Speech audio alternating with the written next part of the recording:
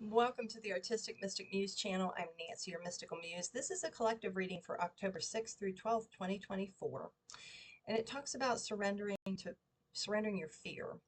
It says, "Thank you, universe, for helping me see beyond the limits of fear. Thank you for expanding my perception so that I can see what is of the highest good for yourself."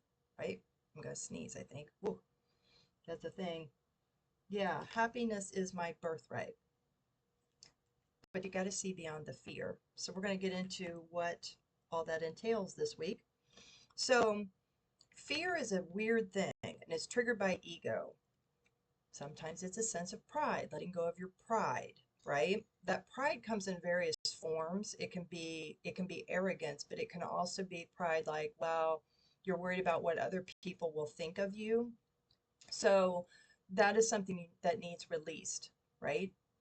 And then it's necessary for new beginnings. And it's necessary also to help you see the synchronicities that come in. You're being given signs this week to help you with that. So for some of you, you need to look at how you look at things or how you judge yourself or others. That's also related to pride. Because there's going to be things surfacing that are going to be triggering this week. And your intuition is going to help guide you how to navigate, I'm hearing, through that. For some of you, this triggering these patterns, these fears are low vibrational. So music may be helpful to elevate your mood, right? To increase your mood. We also have the envy card. I am the same as everybody, but with different challenges. It's not a comparison game, just saying. So you don't need to envy anyone else. They're doing their own thing. They've got their own, path. So you are like everyone else, but like I said, your challenges are unique to you for your growth. Bottom of the deck, we have health. I will honor the physical vessel that enshrines my soul. So health is another thing this month as far as taking care of yourself. Um, making sure that you're getting enough rest, good foods, some fresh air. So keep that in mind. Yeah, you're divinely protected at this time. We've got protection. And you're also being encouraged to use your discernment. So discernment is knowing what's right for you and what's not based on what other people want or think, but what's right for you. And that's important because that helps you, bottom of the deck, establish boundaries, what you're willing to tolerate, not tolerate, do, not do. So this is a big kind of lesson in a way. And as you work through this, it creates balance. And balance is another thing, bringing yourself into balance. I am the loving energy of the universe. Indeed, you are. Don't forget that. And when I'm connected to my joyful presence, I attract support from the universe. When you are in a place of joy, a peace, a contentment, right? The universe brings you more of those things. But if you're dwelling in other things, it blocks those things from coming in. So keep that in mind. We also have from the goddess deck, we have Aphrodite, romantic love. For some of you, it may be you rethinking what what that means to you or not to you, what's of value. Discernment and boundaries, not giving into things or making concessions for things that aren't right for you just to be liked or just to be loved. So romantic partnerships, romantic love may be one of the triggers that you need to, or things that need addressed. At the bottom of the deck, we have Persephone, inexperience. So for some of you, in this comparison or envy, you might be thinking, well, these people have it more together or what have you, because you don't feel as experienced. That's part of that fear. That's part of that trigger that may be needing addressed. Okay. For some of you this week, travel may be a thing, some place you want to go to, a getaway. Travel can also be in your dreams, so pay attention to where you're going in your dreams and what's going on with that. And we have the sacred temple. This talks about you aligning with source, with the universe, God, divine, and this knowing that you are the vessel for that temple. So how are you caring for yourself, body, mind, and spirit? Yeah, stuck energy. Lisa, take the next one.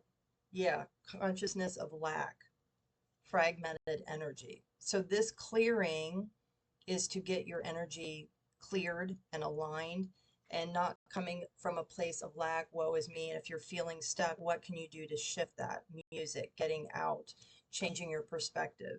That's important. Okay. And we also have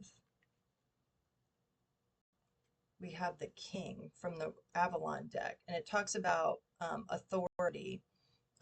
It can be also divine masculine energy, things pertaining to law and justice, which meaning, you know, this guy's got it all. He didn't go to battle unless he has to, but like, what does that look like for you to come from a place of feeling grounded, of feeling kind of like standing, or in his case, sitting in your power? And then we have the High Priestess, discernment again, pre-science, prophecy, vision. So I was talking about your dreams. You may be getting dreams or, you know, a odd thought or vision of things. So pay attention to that. The High Priestess has a lot of wisdom. She knows and understands her dark and her light to bring them into balance. We've got Lady of the Lake, absolute truth, courage, self-respect, and responsibility, sword of truth, cutting cords, cutting things that no longer serve you or people or situations, right? Speaking your truth.